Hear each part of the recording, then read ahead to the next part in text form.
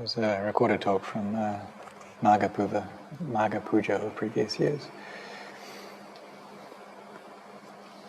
So it was a day when 1,250 monks gathered together, and all of these monks, their minds were already very well developed. They had a lot of barami, a lot of spiritual maturity, and all of them had ordained through the Ehi Bhikkhu Sampada, the first method of ordination that was used during the Buddha's time. So what would happen then was that the Buddha would teach these men as lay people, teach them the Dhamma, and then when they had attained to arahantship, then he would ordain them as monks. And say this Ehi Bhikkhu, which means you are a bhikkhu, or come here, bhikkhu. And just by doing this, they had already succeeded in becoming monastics. There was a time when someone wanted to ordain like this, and they went out searching for robes. And or in some cases, the robes would just come to the monks, that they have this in the sutta, that the robes would just come by themselves. And it shows that these people had already created the merit for that. In the past, they had offered sets of robes. But there were others who hadn't made any offerings through robes before.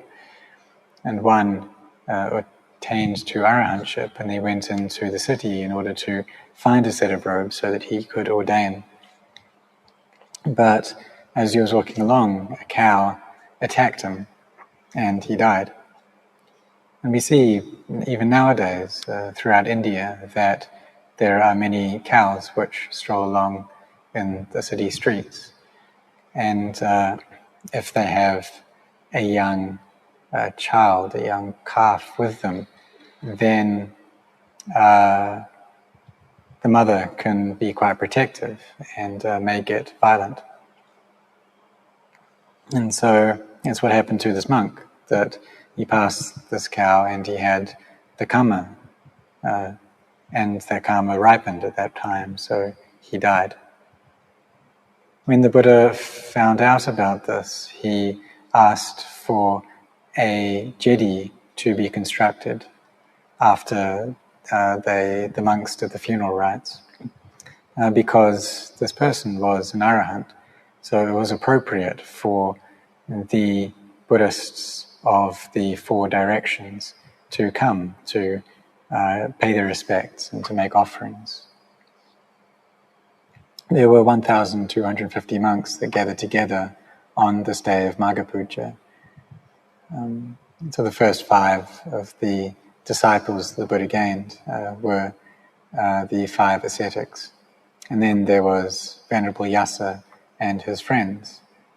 And then the Kassapa brothers, the hermits, fire worshippers at Varanasi, along the banks of the river there. So the first of them had 500 disciples, the second 300, and the third 200. So that totals 1,000 disciples plus the 3 brothers themselves. So in total, the number of monastics or disciples that the Buddha had ordained was 1,250. So they all gathered together without any prior notification, and they traveled to meet the Buddha. So for them to come together like this, these arahants to gather together, it's not an easy thing. And he taught the Ovada Padimokkha to them, which is the heart of the Buddha Sasana. And this is the path that the heart walks to free itself from suffering. So it goes, Sabbapassa akaranang kusara supasampada satita pariyodapanang edang buddhana sasanang, which translates as not doing of any evil and bringing skillfulness to perfection. and the purification of the mind. So when we're sitting here, watching our breath, knowing the breath, then this is walking this path, because we are abandoning evil, we're giving rise to skillful states, and we're purifying our mind through this act. But when we do this, we'll find that there are many things that work as obstructions to peace of mind, and these we can call Māras. So there's one kind of Māra, is Kanda Māra, which refers to this body. Because when the body is in a healthy state, then this Māra isn't so apparent. But it's only when sickness arises, then this becomes an obstruction to our doing good deeds. And so it becomes this Kanda Māra, an obstacle, something which obstructs the goodness that we want to do.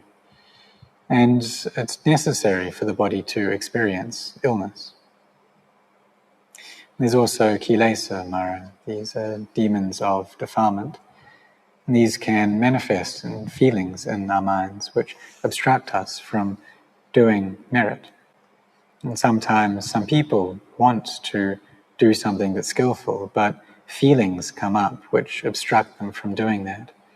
Or it may be the feelings of other people that they meet with that become an obstacle to that goodness. So sometimes there's a husband who really wants to create merit, but his wife gets in the way.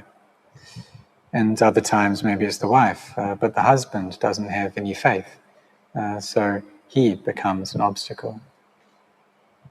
So Lady Visakha, for instance, she liked to do a lot of skillful deeds, she liked to create a lot of merit, but her father-in-law didn't have any faith in the Buddha, so he obstructed her to doing this goodness. So these are Kilesa Māras that we need to meet with. And so we also have Kamma that can act as an obstruction as well. So like this monk who he hadn't created the good karma to receive robes.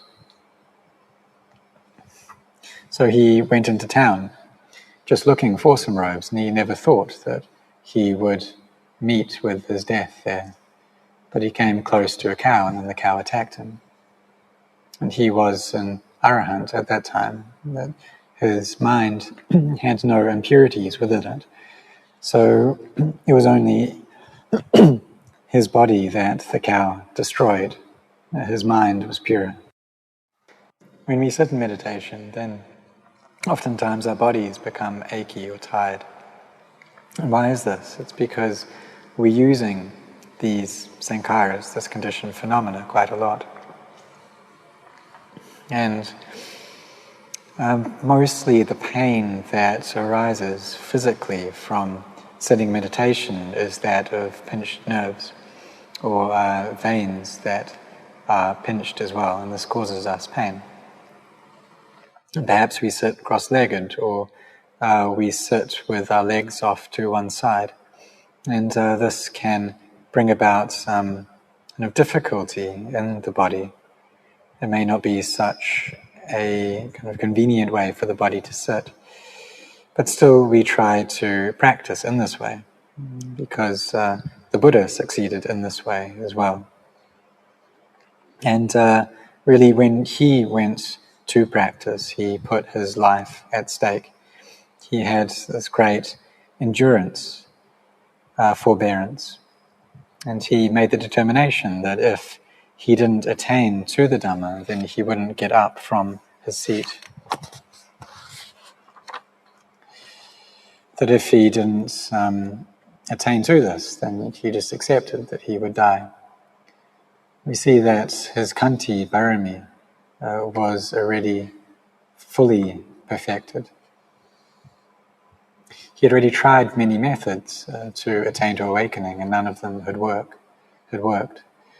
But it was when he sat under the Bodhi tree that he could attain.